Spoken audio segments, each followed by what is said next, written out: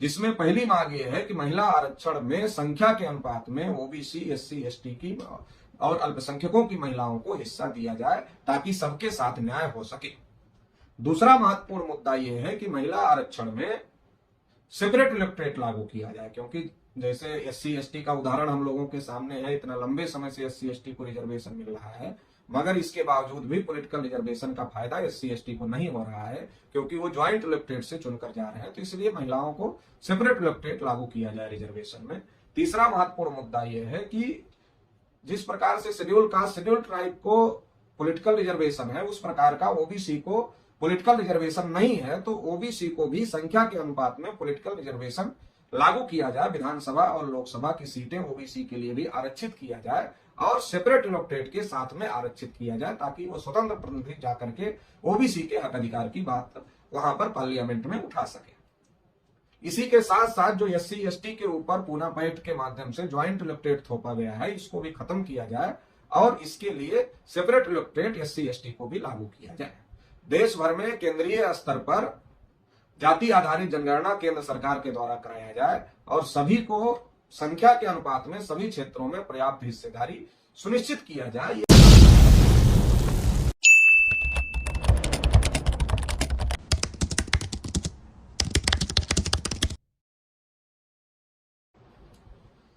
साथियों, आज लोकसभा के अंदर महिला आरक्षण विधेयक पारित किया गया। देश में जब से भारतीय जनता पार्टी की सरकार आई है,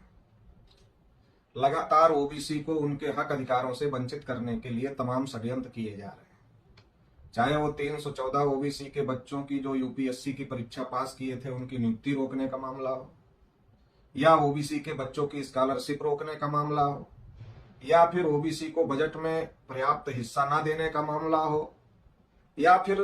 केंद्र सरकार द्वारा सुप्रीम कोर्ट में ये लिख कर देना कि हम जाति जनगणना और ओबीसी की जाति आधारित जनगणना नहीं कर सकते, ये मामला हो, या तमाम प्रकार की नियुक्तियों में ओबीसी आरक्षण के साथ हो रहे खिलवाड़ों का मामला हो, तो यह तमाम प्रकार से ओबीसी को उनके हक अधिकारों से वंचित करने का कार्यक्रम चल रहा है। जबकि देश के प्रधानमंत्री नरेंद्र मोदी जी खुद को ओबीसी बताते हैं और लगातार ओबीसी समाज का वोट लेने की कोशिश भी करते रहते हैं, लेकिन जब ओबीसी के हक अधिकारों का मामला आता है तो ओबीसी के साथ धोखेबाजी होती है और बार बार ये बात दोहराई जा रही है, बार बार ओबीसी के हक अधिकारों के साथ खिलवाड़ किया जा रहा है। इसी के तहत जब पार्लियामेंट में महिला आरक्षण बिल पास हुआ, उसमें भी ओबीसी के साथ धोखेबाजी हो गई और ओबीसी की महिलाओं को जो आरक्षण मिलना चाहिए था वो आरक्षण ओबीसी महिलाओं के लिए लागू नहीं किया गया। तो इससे ये बात प्रमाणित होती है कि देश में जो आरएसएस बीजेपी की सरकार है, वो सरकार ओबीसी के हक अधिकारों को देना नहीं चाहती, बल्कि ओबीसी को मिले हुए जो हक अधिकार हैं उनको खत्म करना चाहती है। महिला आरक्षण बिल पार्लियामेंट में पास हुआ और उसको लेकर बहुत ज्यादा प्रोपेगेंडा आरएसएस बीजेपी के द्वारा किया जा रहा है कि हमने महिलाओं को अधिकार दे दिए। जब से आरएसएस बीजेपी की सरकार आई है, लगातार ओबीसी को गुमराह करने के लिए धार्मिक मुद्दे उठा रही है, चाहे कभी 3 तलाक का मुद्दा हो, चाहे फिर कभी 370 का मामला हो, या हिजाब का मामला हो, या मंदिर मस्जिद का मामला हो, या मस्जिद पर अजान बजना चाहिए नहीं बजना चाहिए ये मामला हो, या फिर यूसीसी का मामला हो। ऐसे तमाम मुद्दे आरएसएस बीजेपी के द्वारा लगातार उठाए जा रहे हैं ताकि ओबीसी को धार्मिक मुद्दों में उलझा करके, ओबीसी को गुमराह करके ओबीसी का वोट लिया जा सके और ओबीसी का वोट लेकर चुनाव जीता जा सके। लेकिन जब आरएसएस बीजेपी को ऐसा लग रहा है कि वो ओबीसी को धार्मिक मुद्दों में उलझा करके वोट हासिल नहीं कर पा रहे हैं और वो चुनाव जीतने की स्थिति में नहीं है, जब उनको ऐसा लग रहा है तो इसकी वजह से उन्होंने महिलाओं के ऊपर, महिलाओं के लिए बिल ला करके चुनाव जीतने का प्रोग्राम बनाया है। महिलाओं के लिए संसद में बिल आज पास किया गया, लेकिन ये 2029 में लागू होगा, ये अभी लागू नहीं होगा।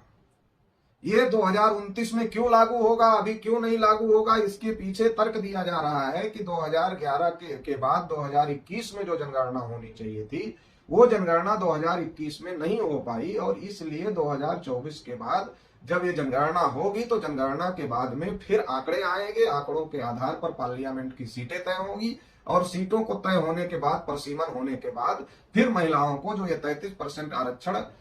का बिल पास किया गया है ये लागू किया जाएगा। तो ये सारी बातें बताई जा रही है, लेकिन बड़ा सवाल है कि आखिर जनगणना क्यों नहीं हुई? जब हर 10 साल बाद जनगणना जब से शुरू हुई तब से हर 10 साल बाद जनगणना हो रही है, तो अभी ये जनगणना क्यों रुक गई? तो इसके बारे में आरएसएस बीजेपी के लोग ये कहते हैं कि नहीं, कोविड था देश में इसलिए जनगणना नहीं कर पाए। लेकिन अभी तक तो कोविड नहीं है, तो अभी तक जनगणना क्यों नहीं हो पाई? सारे काम देश भर में हो रहे हैं, सारे चुनाव देश भर में हो रहे हैं, सारी सभाएं देश भर में हो रही हैं, रैलियां देश भर में हो रही है, ये सारे कार्यक्रम हो रहे हैं, मगर जनगणना क्यों रोका गया है? तो जनगणना रोकने के पीछे आरएसएस बीजेपी के लोगों की सोच है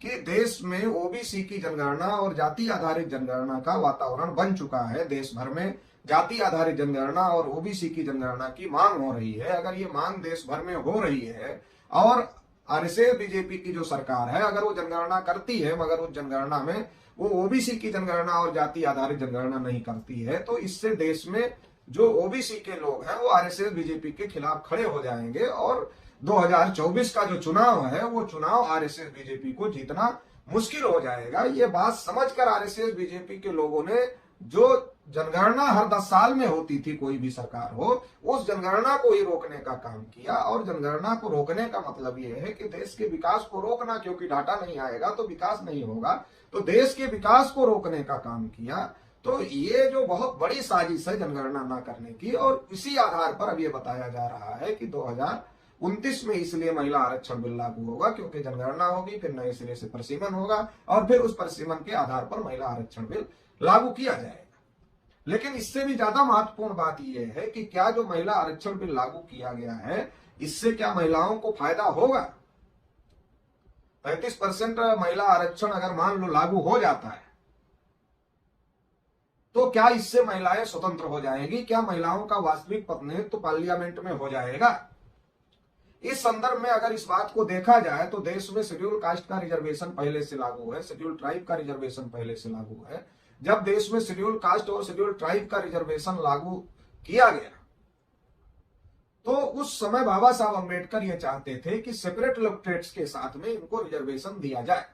और गांधी जी का और बाबा साहब अम्बेडकर का विवाद इस बात को लेकर था और इसी बात को लेकर के पूना पैक्ट हुआ जिसमें सेपरेट इलेक्टोरेट को ज्वाइंट इलेक्टोरेट में कन्वर्ट कर दिया गया। और इसके बाद बाबा साहब डॉक्टर अम्बेडकर ने कहा कि ये जो ज्वाइंट इलेक्टोरेट में सेपरेट इलेक्टोरेट को कन्वर्ट किया गया, इससे हमारे समाज के जो सांसद विधायक चुनाव जीत कर जाएंगे ज्वाइंट इलेक्टोरेट के रिजर्वेशन से, वो पार्टियों के गुलाम होंगे, वो अपनी आका की मर्जी के बगैर कुछ भी नहीं करेंगे। बाबा साहब डॉक्टर अम्बेडकर ने यहां तक कहा कि अगर उन्हें जमहाई ना आए तो वो अपने आका की मर्जी के बगैर मुंह भी नहीं खोलते। और ये बात जो बाबा साहब अम्बेडकर ने उस समय कही, ये बात अभी तक साबित हो रही है। देश भर में लगातार SC ST के ऊपर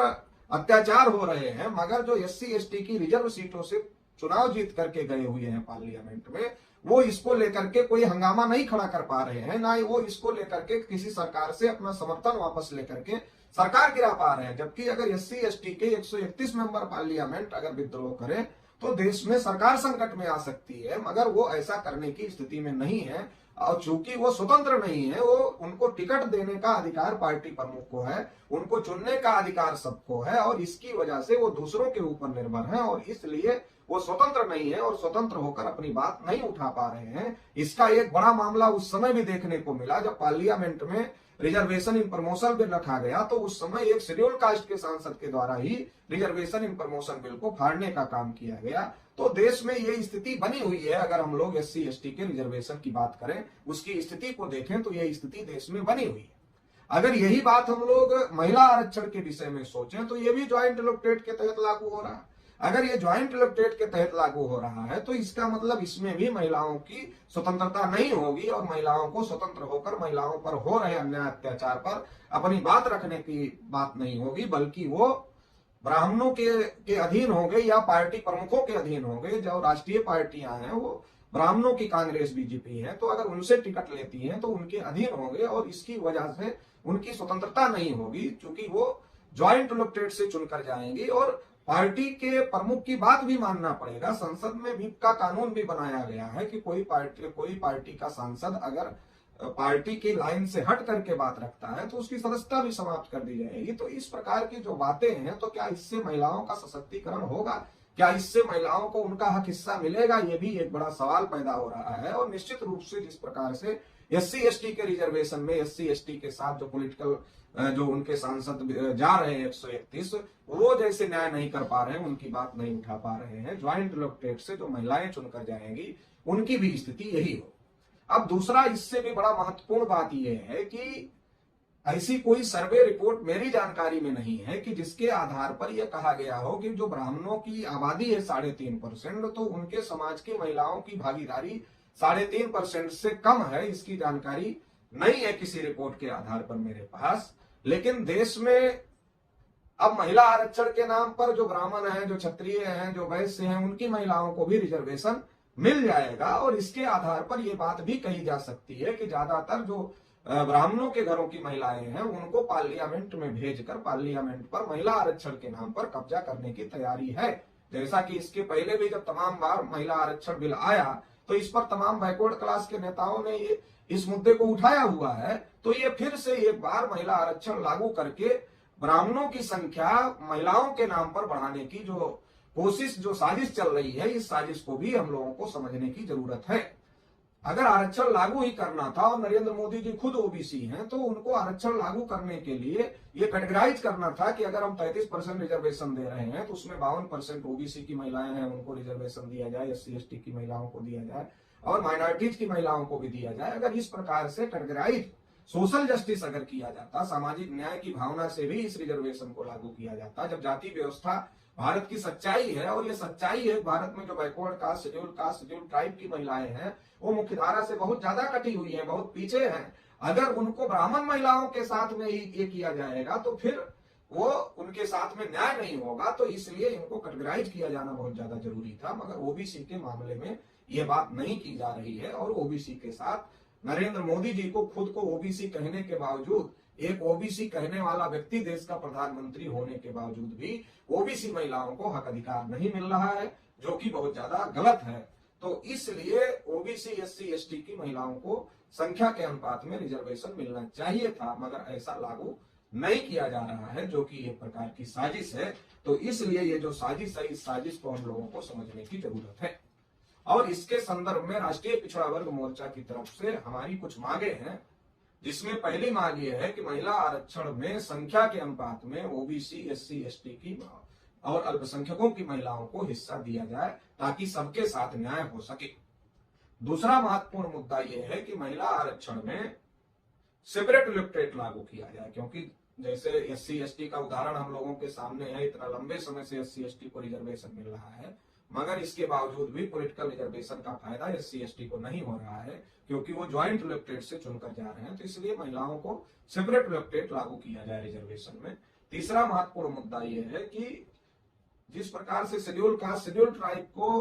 पॉलिटिकल रिजर्वेशन है, उस प्रकार का ओबीसी को पॉलिटिकल रिजर्वेशन नहीं है। तो ओबीसी को भी संख्या के अनुपात में पॉलिटिकल रिजर्वेशन लागू किया जाए, विधानसभा और लोकसभा की सीटें ओबीसी के लिए भी आरक्षित किया जाए और सेपरेट इलेक्टोरेट के साथ में आरक्षित किया जाए, ताकि वो स्वतंत्र प्रतिनिधि जाकर के ओबीसी के हक अधिकार की बात वहां पर पार्लियामेंट में उठा सके।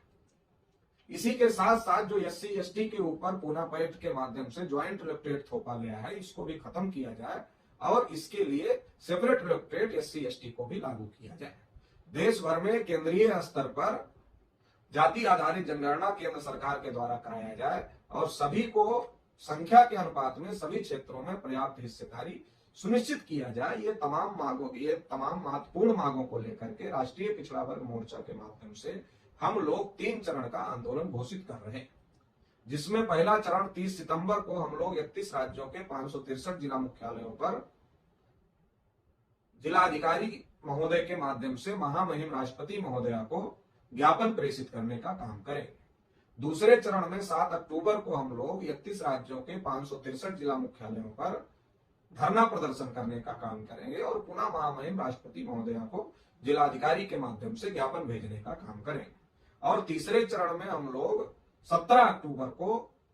31 राज्यों के 563 जिला मुख्यालयों पर रैली प्रदर्शन करने का काम करेंगे और पुनः महामहिम राष्ट्रपति महोदया को